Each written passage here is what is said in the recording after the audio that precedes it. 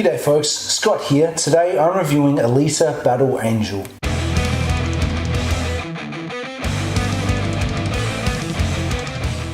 We went and saw this movie last night.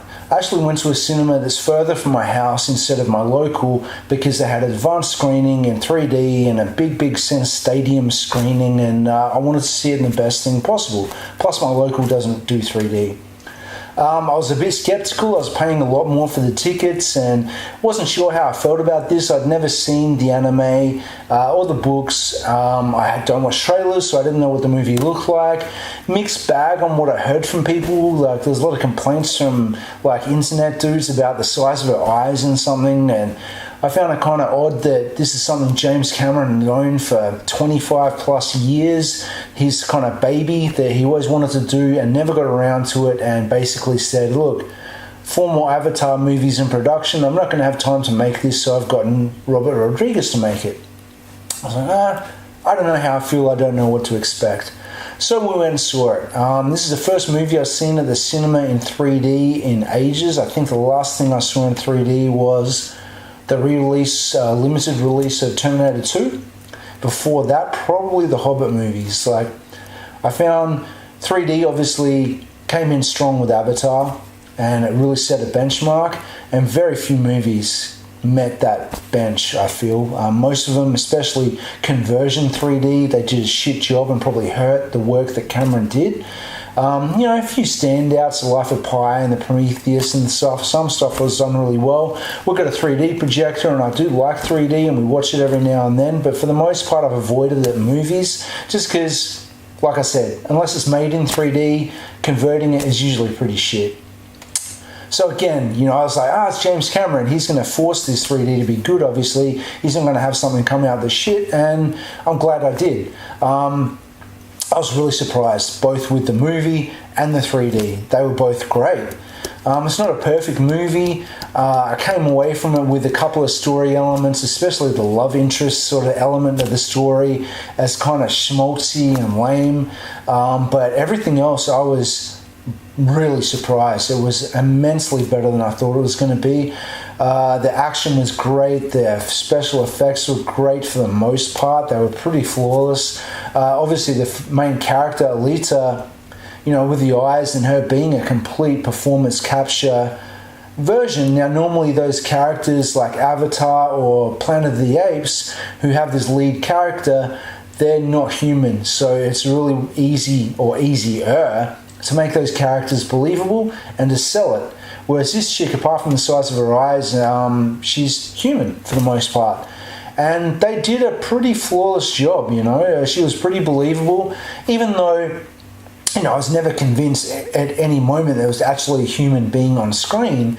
The animation and the emotion conveyed through there, and that technology they developed back in Avatar, where they had that camera pointing at their face and all the dot references, and did that to film her entire performance and then capture that in the computer. That technology works, and although I might not have believed her 100%, I believed her character and I believed her emotions, and I was sold on that. Action with her was flawless. Her moves were great. She moved great. That was all really cool. Now, I'd never seen the anime, like I said, or read the mangas. So last night, although I would have normally shot this review then, I decided to come home and see if I could find a copy of the anime. Luckily, the 55-minute anime movie was on YouTube, really easy to find, so I watched that. I'd heard a bit of rumblings. I don't know if it was preview screenings or people already bitching about the trailers who were anime purists. And now I'm not sure whether they were on about the book or the anime movie, but the movie actually followed the story pretty closely. And in reference to my being iffy about the sort of love interest and story in it, that was actually from the anime movie, the manga. So I was like, okay, they've just followed on from the story that was already there. A lot of the shots were literally shot for shot. The elements of the story where they expanded or differed from it, the main thing being the sport portrayed in the movie called motorball. That wasn't in the anime at all, or at least that I saw. That just had gladiator fighting. So they kind of alluded to that Alita was going to end up going there. But in this, the motorball was a much bigger part of it. So yeah, like I said, I found that boyfriend interest, especially that character Hugo, who in the anime was Hugo. He was pretty lame. I didn't really think much of him. I would have blamed that on the actor after watching the movie, but that character sucked in the anime as well. They tried to flesh out, what happened with him. I won't spoil anything, but they tried to flesh it out a little bit more in the movie, like they did the motorsport thing. And, it didn't really help, to be honest. As a new person to that story, I found the bounty hunting element of the story really interesting, and I was less interested in Motorball as I was in bounty hunting. I perhaps would have been interested in seeing her go more into that side of it.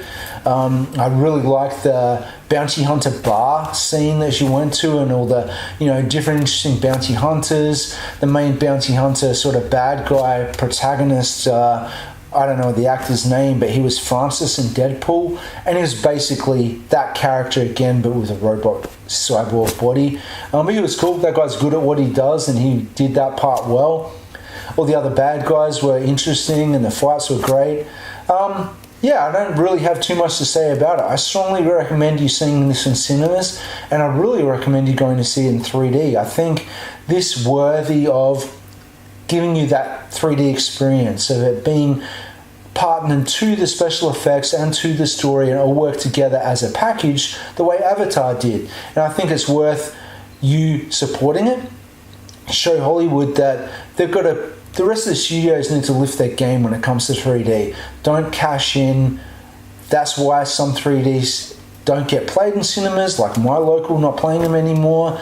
And I think they need to learn that if you're not going to put in the effort, don't bother. If you're very interested to see where Avatar 2, 3, 4, and 5 go, I feel that's kind of weird. I don't know where they're going to go, but I've got to trust Cameron knows what he's doing. Again, it goes back to that experience. Avatar was a 3D experience, and this pretty much did that. Maybe not on as grand a scale, but it did. So yeah, I think that's it. Go see it. Give it your money. Go see it in 3D. Don't expect too much, like I said, from storytelling, it's not perfect, but visually and giving you an experience. And, another element is the main character being Alita, being in a big science fiction world, and they did a good job of world building here. Being in a world where at least you got to follow her because she had no memory. So everything's, what's that? And what's this? And what's that? So there's a reason for them to explain everything to her, hence you. And that really works for me. I like that. So yeah, go see it. Thanks for watching. I'll be back to review something pretty soon. I think Lords of Chaos, perhaps, my next movie in cinemas. Please subscribe to this channel, and I'll see you next time. Thanks.